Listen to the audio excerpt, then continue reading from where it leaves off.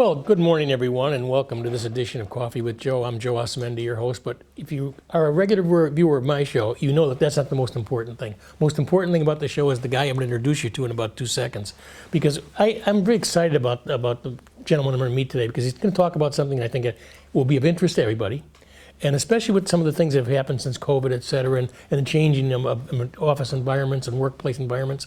So let me introduce Ed DeAngelis. And Ed, welcome to Coffee with Joe. Oh, it's great to have you here. And you're CEO of EDA Contractors, correct? That's correct, yes, thank you. Why don't you tell me a little about your company?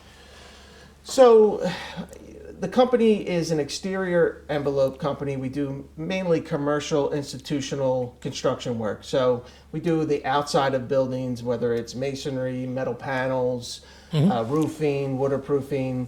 We just purchased some assets in a glazing company. So we do the outside of buildings. So Newark Airport was a project we just finished, big project. The whole facade really was us, other than the glass on that project. So, you know, we're really a specialty contractor in our field. How long have you been in business? 25 years. 25 years, okay. Yeah, I started the business in 1999.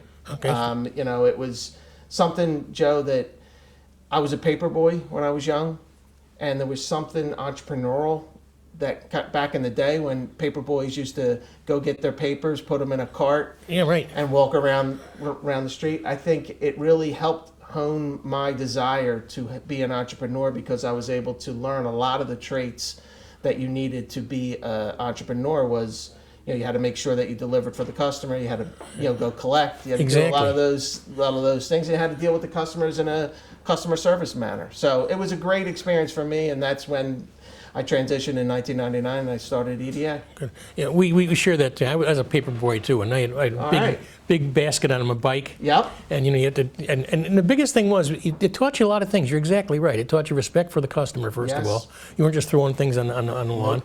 It taught you how to run a business, because we had to collect no matter what. Absolutely. You know, and how to deal with people, because a lot of people didn't. Well, I haven't got the money now, or whatever. You know, so you had to deal with these things. Joe, you're speaking. So one of the best things I learned was, as a 13-year-old boy, was I had to get my, you know, you had your check, which means you had to pay a certain amount to the Inquirer. It was the Bulletin, actually, when I first started.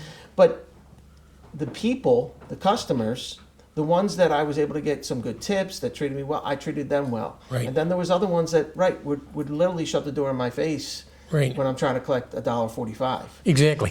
So, you know, but you learn quick that there is a method to being a good paper boy. I was able to do well because I knew how to manage the ones that were difficult, and then was able to create a better relationship with the ones that we would have a better time with, and where it was a good situation for both of us. Right, and the best part about it is I always wanted to have my own money. That was the biggest thing I wanted to do when I was a kid. Again, 12, 13 years old. If I wanted to buy something, I didn't want to ask my dad and mom for it all the time. I felt a sense of pride by having my own money. I think and it you're did right. give me a sense of pride. And my parents, I couldn't ask them because they wouldn't give it to me. Okay. So if I wanted Chuck Taylor's instead of the Bobo sneakers, I had to go get it. So and it was a great lesson. I thank my parents all the time for not giving me everything. I mean, we had a working class neighborhood, so it wasn't like we were poor in any ways. But I think that some of those life lessons really helped me become a better entrepreneur because of those lessons from the beginning. Were you in the construction business beforehand, before you started your company? I was not. I was working for another company. My father actually owned a mechanical company. So I was around the business for a while, but I didn't think it was a good thing for me to go into business with my father. So I started working for another firm. I worked there for about 9-10 years, and then I started my own. Okay, great. We're going to talk about the psychological safety and stuff in a little bit later, but I want to ask you a couple more questions about your company. Sure. You know, the pandemic changed everybody. There's no question about it. Did you find that your business was directly affected by not being able to have people, you know, send people out to jobs, for instance? Right. Like I know I was supposed to get a roof done and I couldn't because they wouldn't, in New Jersey, they wouldn't let me do that. Correct. Did that affect your business a lot? It did affect our business. You know, our executive team spent a tremendous amount of time figuring out what to do and how were we going to do it now. And it affected our business, but I think it affected it in a negative way, but in a lot of ways it allowed us to learn more about who we were as a business. So the parameters came in, we dealt with the parameters that were new. Okay. We came up with new policies and new procedures on how we were going to do it.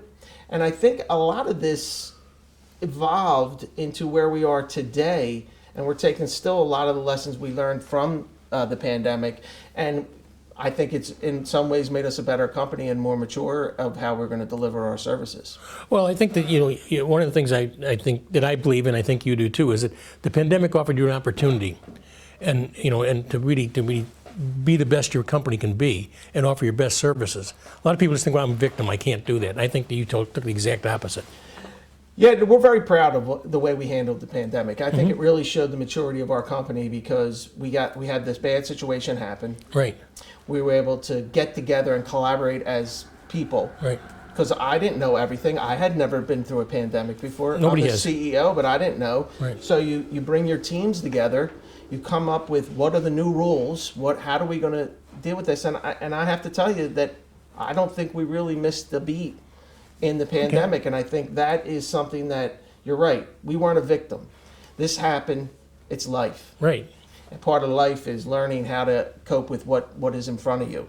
And the best way for us, the way we believe is the best way, is collaborate with your people and find some of the different opinions that you have. And it took us a while. I mean, it was a little difficult in the beginning because there was a lot of fear. Mm-hmm. Certainly. It was an unknown. But I think it also just allowed us to know that we have some good people here, and we're gonna get through this. Mm-hmm. And if anything, we're gonna come out on the other side better. Now, you're a specialty business, correct? Correct. Well, how do you distinguish yourself from your competitors? That's where I think one of the things that really distinguishes us is our dedication to our people. Okay. Your delivery, the hammer, the nail, what you do, a lot of that you can only do much different than someone else. Right. There's a limited amount of that. I always reference a Wawa, for example. Wawa is compared to another convenience store is just so much better because of the way they deliver the experience. But they're still just making sandwiches. Exactly. Sure. They're still selling you gum. Mm-hmm. So they're really not doing. But it's how you give the experience for your own people. So what differentiates us is we take some of our services and we try to combine our services. Mm-hmm. So we try to add services to what we do. But more importantly, we spend a tremendous amount of time on the culture of our organization and how we're going to train our people. Good, because that's another key issue to, I think, a successful company is training people properly. Because people want to be trained so they can do their job, and they want to be accountable. But if they're not trained properly, it's never going to happen. And that is something that over time we've learned. Mm-hmm. And the training has been a big part of our growth. Now, that's an expense that goes through the business, but it's a short-term expense for a long-term gain.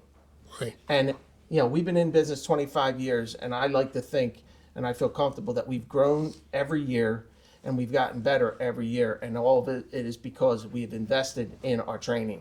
Mm-hmm. And we do a tremendous, and we have an exclusive person who just does training with another person on that staff, and they train all day, every day. So I think it's an investment back into your people. Absolutely, because people should not be a problem; they should be a solution. Absolutely. And training's so important because people want to be accountable and they want to do the best they can. If they're not trained properly, they can't do that. And I think also your customers see that. When you send people out, they can feel comfortable that an employee of your company is going to do the best job they can. I think you're 100% right. People in general want to do good. Mm-hmm. And I believe that in my heart. I really believe that most people want to do as the best they can. So if you give them the tools to do the best they can, your customers feel that type of care, and they feel that this person that you've given that tool to knows how to do this, and they feel good about what they're doing. And then they like the company they work for, mm-hmm. and that just organically connects to the customer.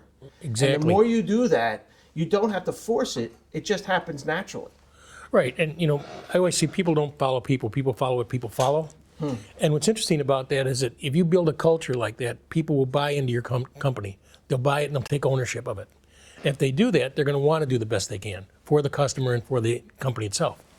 Yes, the biggest thing is you have to make the investment. It has to come from the top. It had to come, you have to stay consistent with it all the time. Mm-hmm. And you have to be on that trail. When I started my business, in the beginning, you're just trying to survive. Sure. You know, you're just trying to pay bills. You know, I'm not taking a salary. I'm trying to make it work. But then it gets to a point where you go, how am I going to grow this to the next level? And is this it? I'm just going to make some money and that's it. It's going to be more transactional.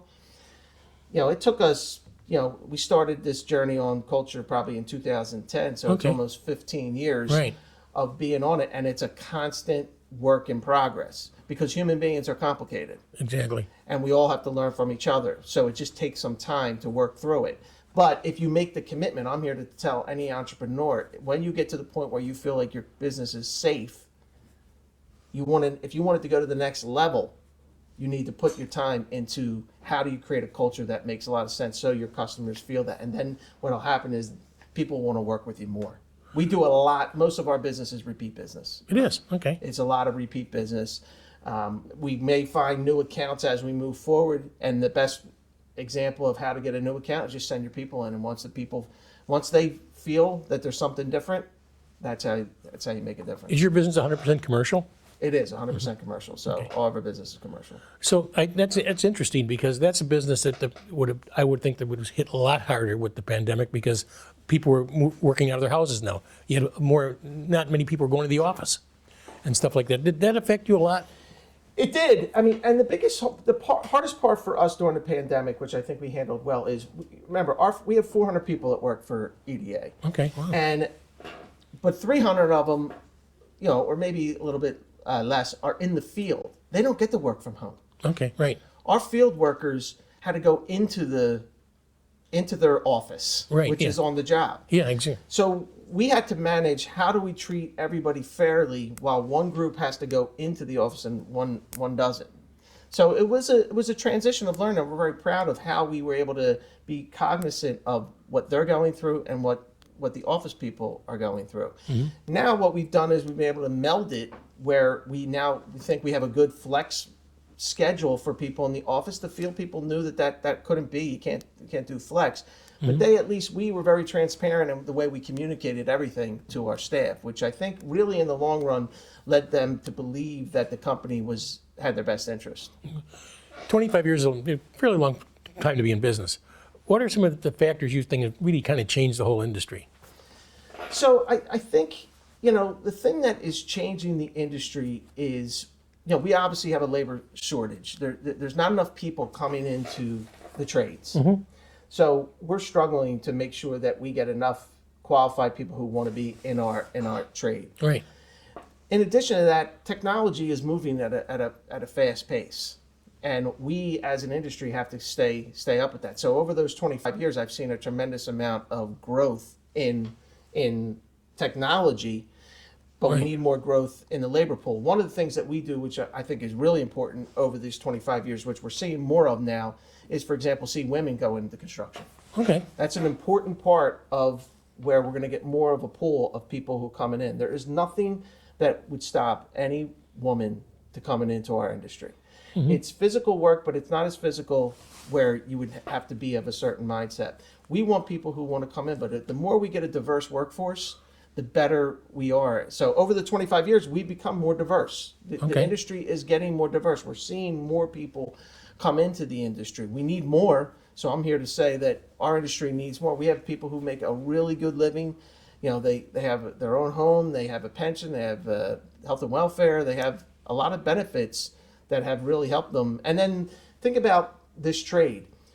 If you need to renovate your bathroom, you have the skills now to do that yourself, and you don't have to get overcharged. So you work during the day, and then you have some other skills. So these skills are very important in life. So over the 25 years, we've seen that kind of change. I think, like I said, we're having a labor issue. Mm-hmm. I think technology is moving really fast.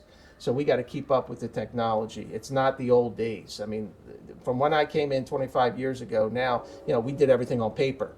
Right, exactly. There's no paper now. I mean, everything's on the computer. You know, AI is going to be a whole nother part of our business that I think it's going to take us to the next level as we move forward. It's very sophisticated.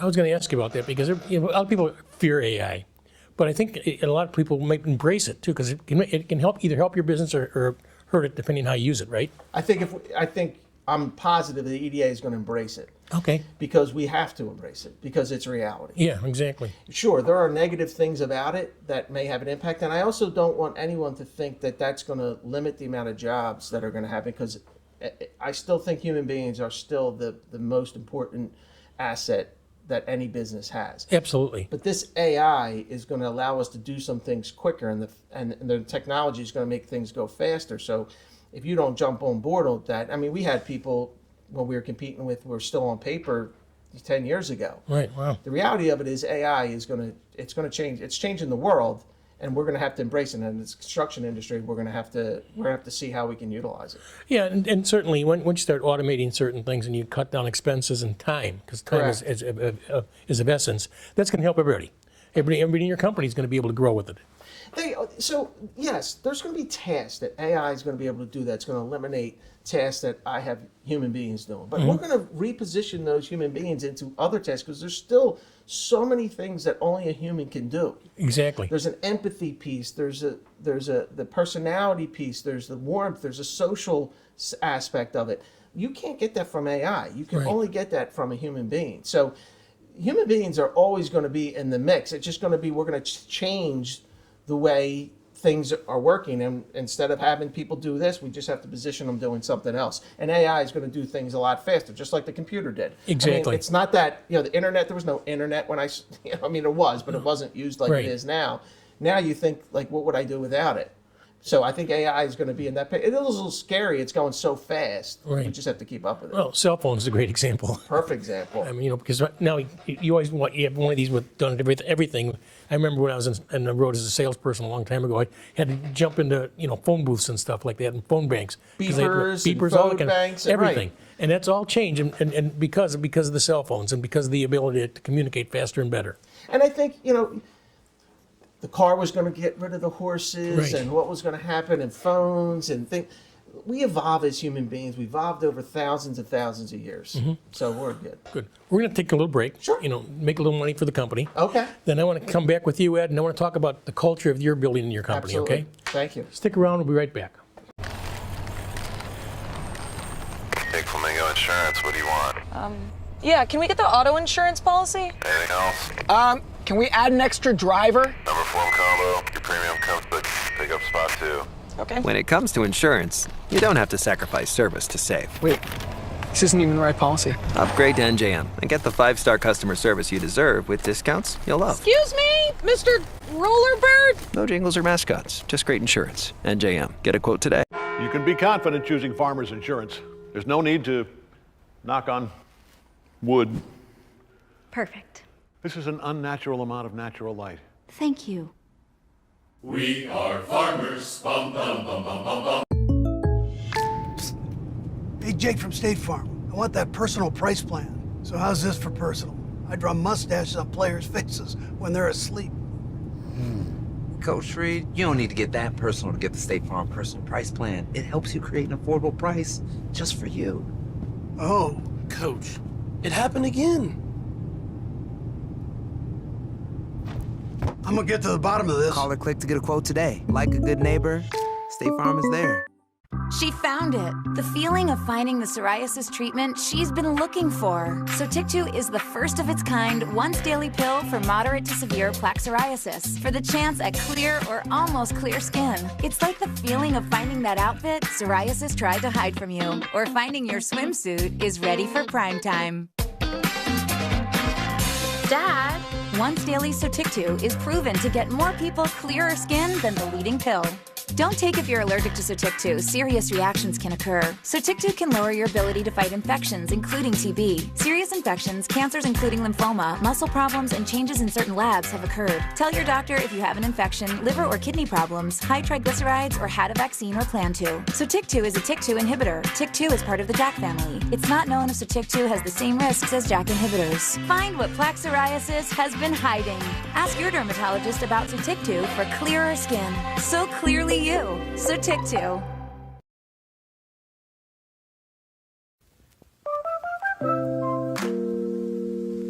Hi, my name is Dave, and I am Metro. Hi, I'm Andrea. I am Metro. Hi, my name is Josh, and I am Metro. Hi, I'm George. I am Metro. Hi, my name is Joe, and I am Metro. Hi, I'm Mark, and I'm Metro. Hello, my name is Seven, and I am Metro. My name is Chris, and I am Metro.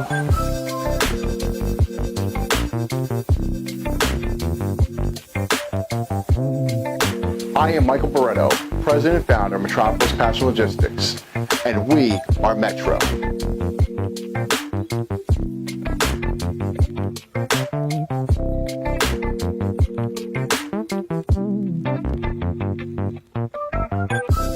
Most important thing about the show is the gentleman having with me today, Ed DeAngelis. And Ed, you know, one of the things you and I talked about before the show started was how to develop psychological safety in the workplace.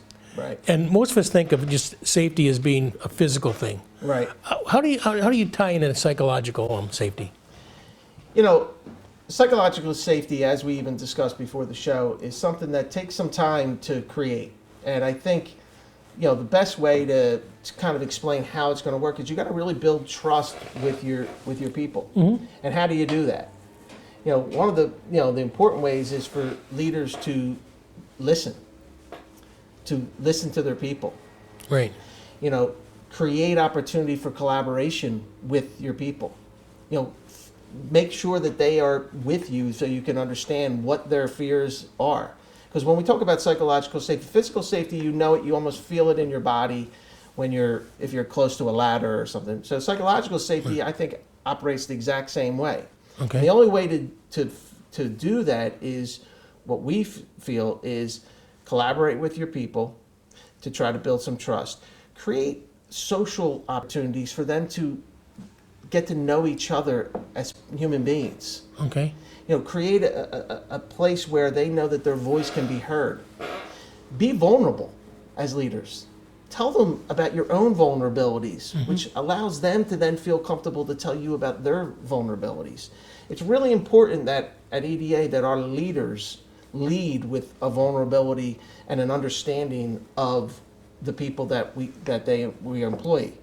So the way to do it is to just have, I think it's more like a 10-pronged process where we have training to help them feel a little better about themselves. We try to connect with them on a social way so we can understand who they are. We be vulnerable, which will allow them to know that it's okay for them to be vulnerable. And we really just create a place where they feel like there's a staff that supports them in all different places. So if they can't get some help in one place, they can get it in another. And I think it is still all about creating a trusting environment, and it takes time. And as I said to you before, psychological safety is not, I don't tell you you're psychologically safe. You tell me if you feel safe. And it takes a lot of that dialogue and a lot of that conversation. And we do a tremendous amount of work trying to connect with the people to understand where they're coming from. Every human being is different, and everybody has a different level of safety when it comes to psychological. Some may have a background that might make them less psychologically safe, so you have to work harder, and some may be a little more trusting right up front. So we need to do a better job, and we need to do a job of getting to them and listening to them. Do you think the psychological safety is specifically for the construction industry? I think it's for every industry. Okay. I think we have seen that not only with our office staff, with our field staff, the more we can connect with them from a safety standpoint and the psychological, number one, the better they will be as people. They will do better work. They will be happier, healthier, and that transitions for us. We do a physical trade. Right. So if we can get our physical workers to feel a lot safer psychologically about where they are, especially in our industry. Our industry has been a lot of hammer nail. Right. Owners tell workers do the work, they get paid, and then we have this transactional relationship. We want to create a psychological safety in your world.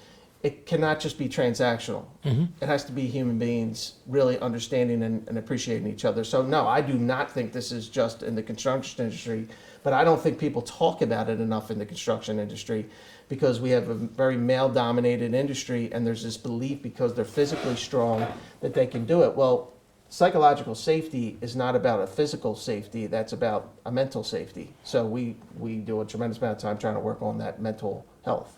I think you made a good point there, because what happens is people think of, in the construction industry, is that you have to be strong and hold your emotions inside and everything like that. And they don't understand necessarily kindness isn't a weakness. You know what I mean? 100%. Like, as I said to you earlier, the more vulnerable we can be with that type of group. So that group that has grown up in the construction industry a lot of times is told societally that they're tough. Right. And while they may be physically tough, some of them, just like I told you about having women in the industry, some of it's a fallacy. They have to be strong and physically fit, and they have to be able to do the work. But the reality of it is, the mental part, we're all the same. Right, exactly. We're all the same. So we all come from the same type of, we have the same DNA. So, but we all have different experiences in life. And why do we think one experience for this group is different than for another? So we like to take a holistic way of doing psychological safety by bringing all of our staff. We bring all of our staff in to try to create that. We teach our leaders to care about each other and to create that psychological safety. So yes, construction is an important part of it's a $1 trillion business. Right. We do a lot of very difficult work. So we need the best workers in the field and also in the office, and we like to treat them as the same. What's very interesting, I was watching a show the other day where when Trump Tower was being built, one of his project managers was a woman. Yes. And she was talking about that how it was in a male-dominated environment, how he decided to bring a woman in there because she was qualified. Sure. And I think what you do with your company is you give everybody that is employed by you an equal opportunity to do the best they can and feel the best they can about themselves and the company. That's one of the best ways to create some psychological safety is to create a diverse environment and have people show you their skills and put them in positions and not worried about what their gender is, what their sex is, what their where they went to school. If you have a qualification and you're qualified, we believe that you're available to be able to be in this position. That creates psychological safety throughout your whole company because they go, I can be that person, and I feel safe that I'm not going to get judged in a way that is not related to things that are right in front of me. They're not related to some past thoughts or past experiences. So I think that is one of the best ways for us to continue on our journey of psychological safety is to give as many opportunities to as many people as possible. And people feel safe, expressing their opinions then. Because then that way they can feel that they're actually part of the company and the company really cares about them. Well, that's that vulnerability and listening. Right. Mm-hmm. If you don't feel like you got to listen to your people, and you as a leader have to recognize that you don't have all the answers.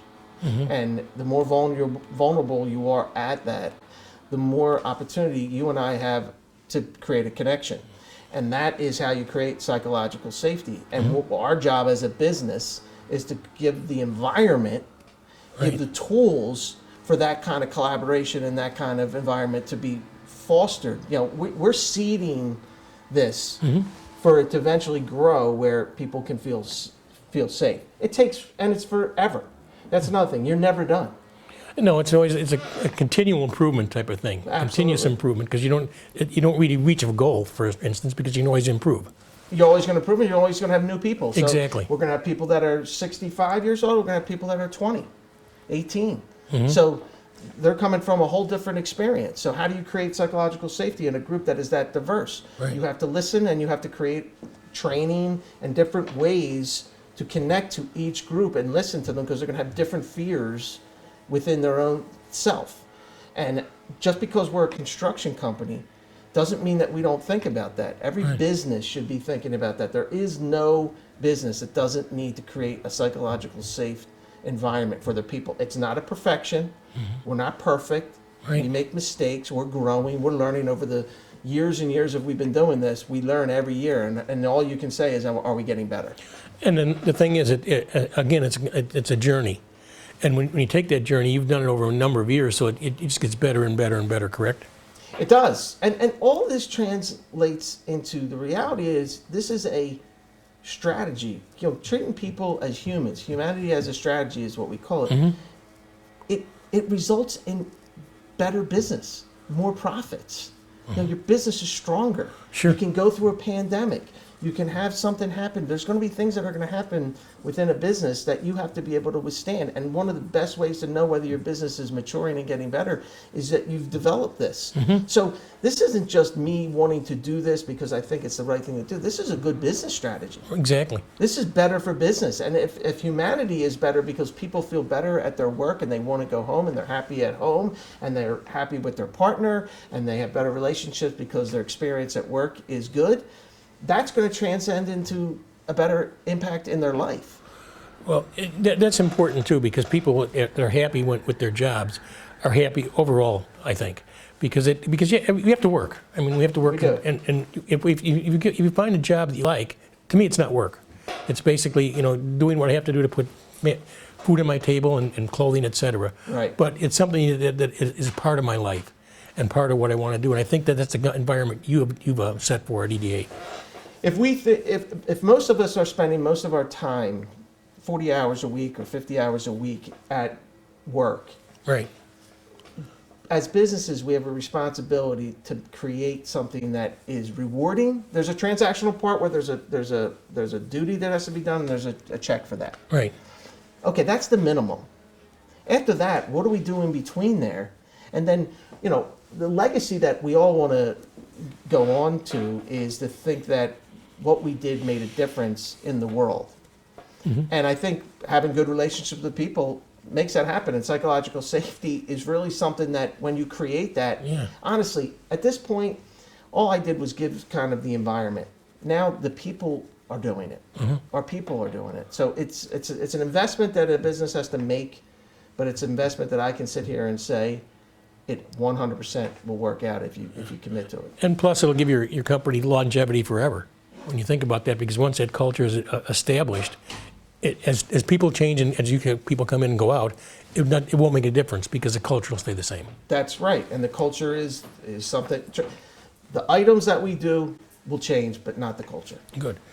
Before I forget, I want to mention the fact that the Philadelphia Business Journal has nominated you or recognized you as one of the most admired CEOs in 2024. That's a humbling, yes. Thank you for that. That was very nice.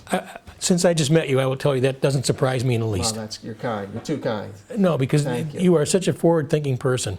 And I might give you a resume before I leave here. You never know. Hey, I'm always looking for more talent, so that'd be very nice of you. I can't pound a nail, but I can think. That's right. We need them too. We need everything. There you go. Ed, listen.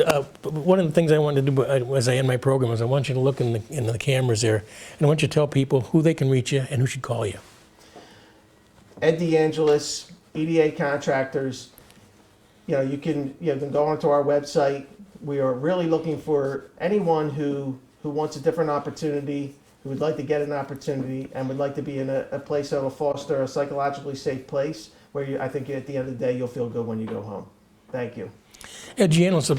Thank you, Joe. It was wonderful meeting you. Very nice meeting you also. Thank you for the time. And I really appreciate you being here, and thank you for joining us for the Coffee with Joe. I'll see you next week, and be kind to one another. And if you can do anything for yourself and you need a job or anything, talk to Ed. Right. Talk to you later.